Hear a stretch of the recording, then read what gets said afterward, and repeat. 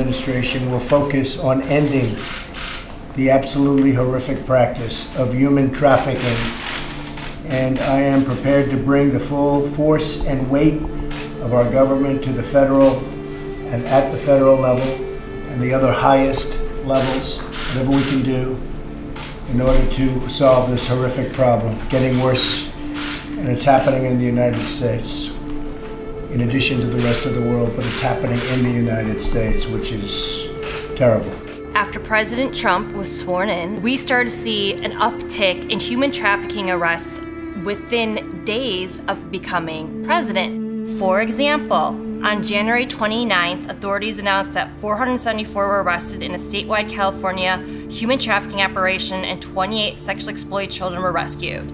From January 18th to February 5th, 108 were arrested in Illinois as part of a national sex trafficking sting operation. In Texas, 178 people were arrested for sex trafficking in a sting operation that operated in January during the Super Bowl. 16 people were arrested in January in Michigan for sex trafficking during the Detroit Auto Show. And in February of that year, authorities arrested 11 in Virginia in a child sex trafficking sting. President Trump gave a listening session in the White House surrounded by advocates who had been working to combat child sex trafficking with the federal government for many years.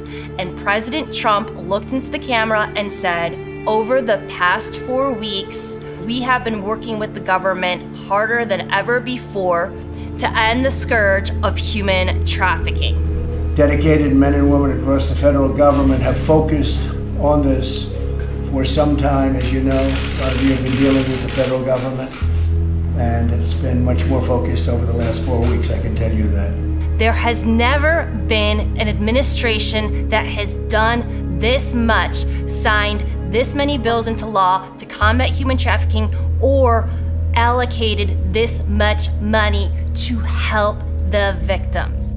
Now, here's some things that President Trump's administration has done to combat human trafficking that rarely gets covered by the mainstream media, that all of you can go on whitehouse.gov and look up.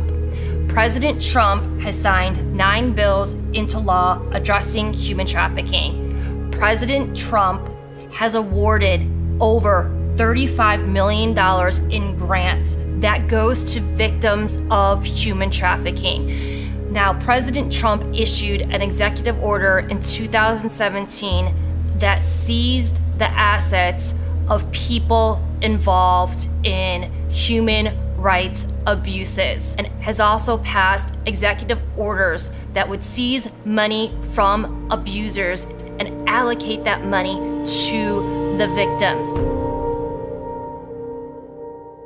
The mainstream media has not been fair to Jeff Sessions at all. What they failed to report is that it was his Department of Justice that was behind many of the sting operations to combat child sex trafficking, and he made it very clear in many speeches that ending human trafficking was an absolute priority for his Department of Justice. In 2017, after Jeff Sessions addressed law enforcement in a training session to combat human trafficking, we started to see not only more pedophile and child sex trafficking arrests, we started to see more high-profile arrests. We saw Mayor de Blasio's staffer and CNN guest Jacob Schwartz arrested in May of 2017 for possession of 3,000 images of child porn, including the rape of a 6-month-old baby. We saw former Oklahoma State Senator Ralph Shorty charged with sex trafficking and the production of child porn. Unfortunately, we also saw many people arrested for pedophilia, child porn, and/or child sex trafficking that were involved in law enforcement. For example, former Los Angeles County Sheriff's Department psychologist Michael Dane Ward, Palm Beach County Sheriff's Deputy Adam W. Godby facing child pornography charges after more than 30 images and videos were found on his cell phone and laptop at his home. New York Sheriff's Deputy Peter Farnham was arrested on child porn that year in July. A former Secret Service agent, Lee Robert Moore, was sentenced to 20 years in prison in 2017 for sending sexually explicit messages to minors while on duty at the White House. Authorities charged California's former Deputy Attorney General Raymond Joseph Liddy with possession of child porn in July of that year. In 2018, what we started to see is we saw more high-profile arrests of sexual predators, pedophiles, and child sex traffickers. We saw the arrest of Harvey Weinstein. We saw Kevin Spacey. We saw the arrest of all the elites involved in the NXIVM child sex trafficking cult. Allison Mack, Keith Raniere, Claire Bronfman. What did we also see? We saw that our DOJ seized Backpage. Backpage was one of the biggest catalysts for online child sex trafficking.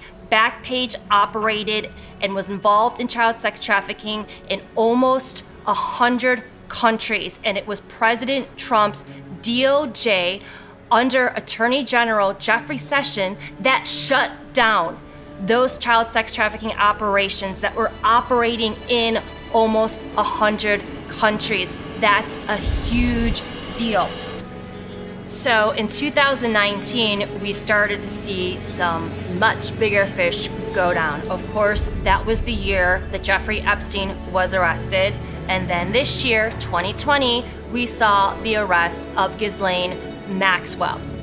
Furthermore, President Trump announced during the COVID lockdown with General Milley that the United States military was conducting many operations to combat drug trafficking and human trafficking. President Trump specifically talked about a secret military operation commanded by General Milley, who is the highest ranking U.S. military official, that led to the rescue of a girl who dealt with the most horrific abuse that anyone could deal with, next to death, according to President Trump. There are the activities of human trafficking, and especially with respect to women, and as you know, proportionally, it's mostly women. And it's a horrible thing. It's a horrible thing, and there's never been a time like it. And it's because of the internet, and this is all over the world. But for the most part, they're coming through, in this country, they're coming through the southern border, but we're hitting them very hard. They have tremendous illegal trafficking in women and children also, but mostly in women. And it's illegal, and it's horrible, and it's disgraceful, and I've seen things that are an absolute disgrace. And we're trying to knock them out, and we're knocking them hard. President Trump has been working behind the scenes with other foreign leaders globally to shut down human trafficking forever.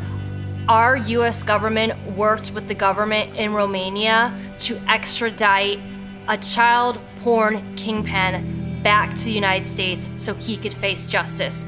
These kinds of stories are happening all the time. They're happening regularly, but you never hear about it in the mainstream media. A lot of these military operations are covert and they're not reported on, but that doesn't mean that they're not happening. What else happened this year? We had mass arrests of members of the CJNG cartel, hundreds and hundreds of members arrested, and we had dozens of MS-13 members arrested, some of them arrested for drug trafficking, some of them arrested for human trafficking. But I can't emphasize enough that human and drug trafficking go hand in hand. And the MS-13 members and the CJNG cartel members are usually operatives for much bigger fish. One last thing that President Trump has done to combat human trafficking that I want to address is building the border wall. What most people don't understand is that the biggest artery for human trafficking is at the border. And Trump said that human trafficking, thanks to the wall and thanks to the efforts with ICE, is now down 96%. Ask yourself, why is it that all these pedophiles, from the lower hanging fruit to the bigger fish, were allowed to be untouched for years and years and years until President Trump was sworn in as president?